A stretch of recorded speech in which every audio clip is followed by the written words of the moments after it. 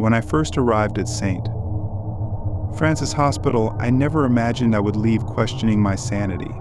I was admitted for a routine appendectomy, a simple procedure with minimal risks, or so I thought.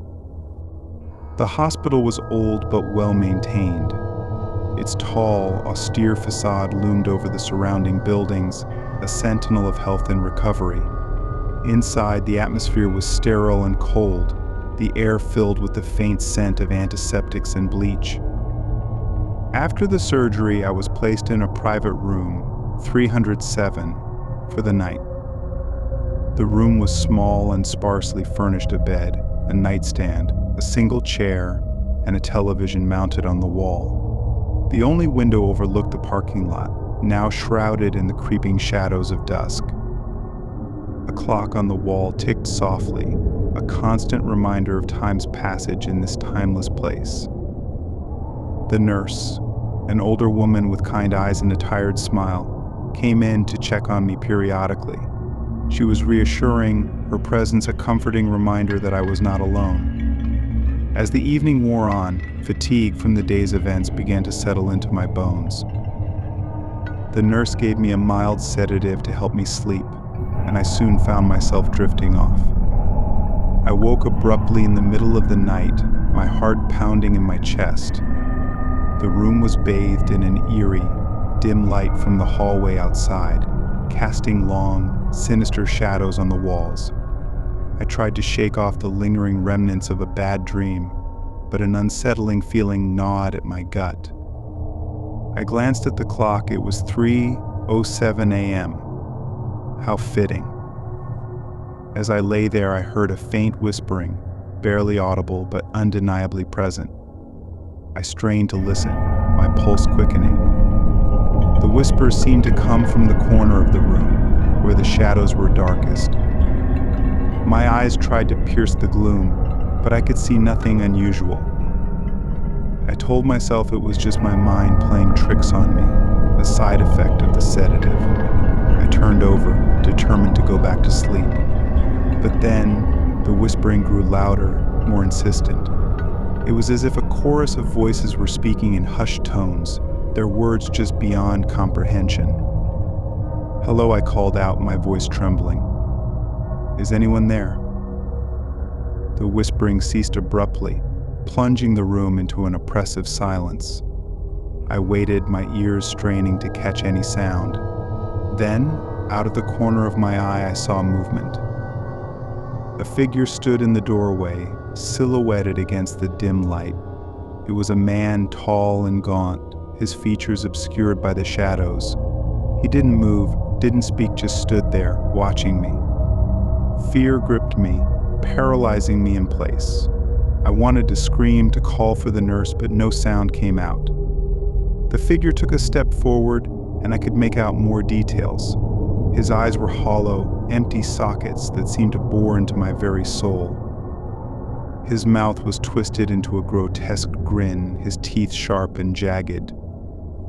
I scrambled to sit up, fumbling for the call button.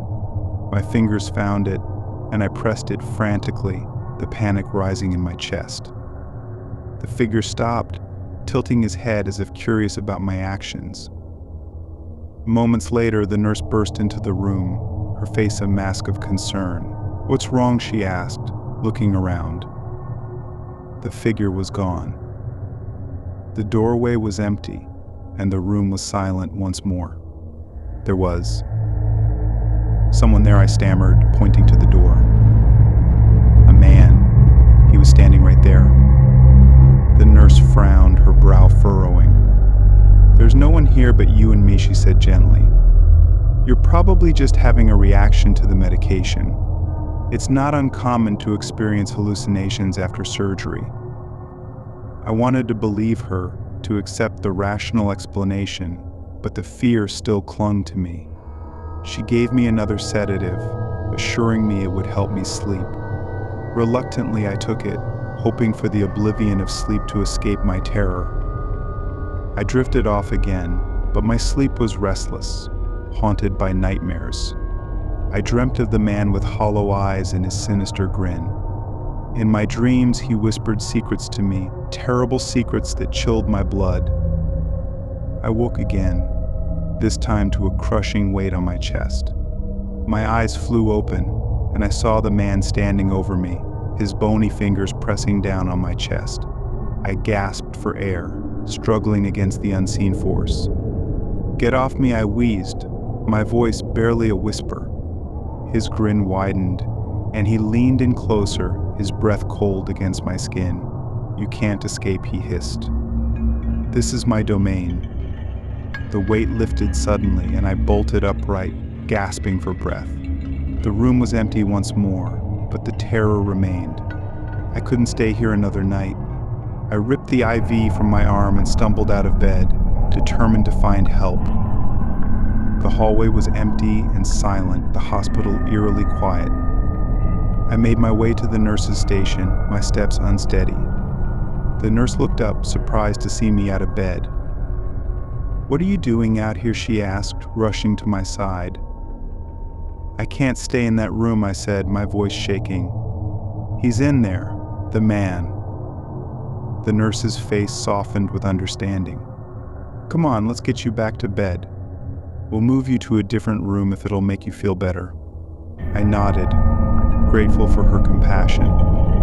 She guided me back to my room, and as we passed the door to room 306, I glanced inside.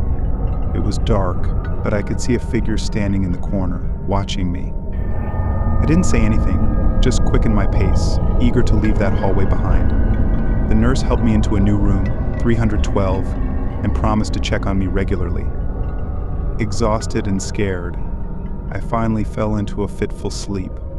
When morning came, the terror of the night felt like a distant nightmare. The doctor came to discharge me, and I left the hospital as quickly as I could. I never spoke of that night to anyone, afraid they'd think I was crazy. But sometimes in the dead of night, I hear the whispering again, and I see the hollow eyes watching me from the shadows. I know he's still out there, waiting. And I fear one day I'll return to room 307 and never leave.